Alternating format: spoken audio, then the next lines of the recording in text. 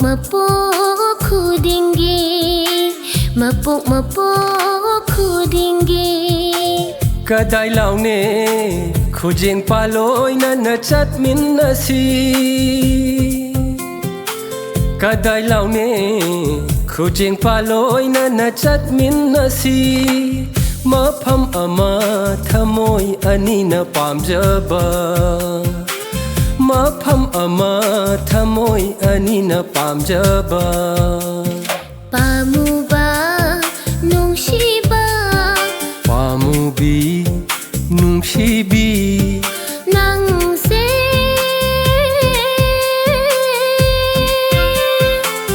aigi ne aigi. Mapuk khudingi, mapuk khudingi.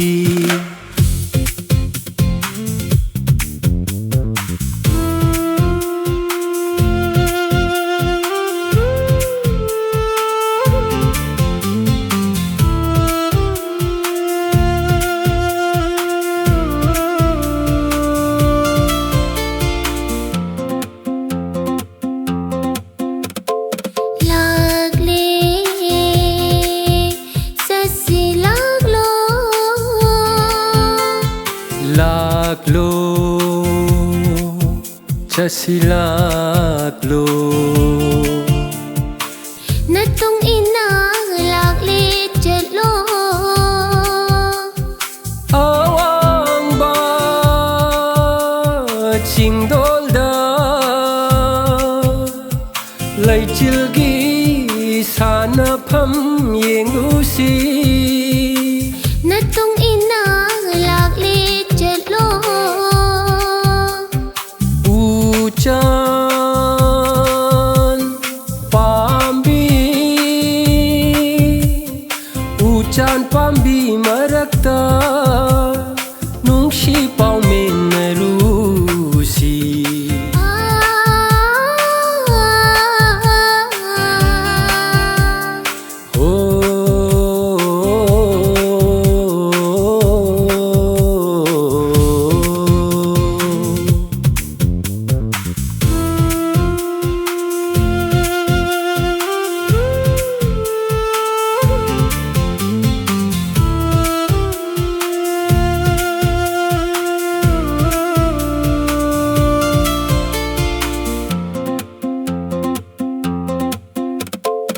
Ek lusi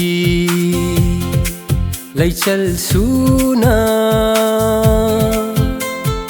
Laglo sasi heglu rashi. Kucham na na chachi chatlo.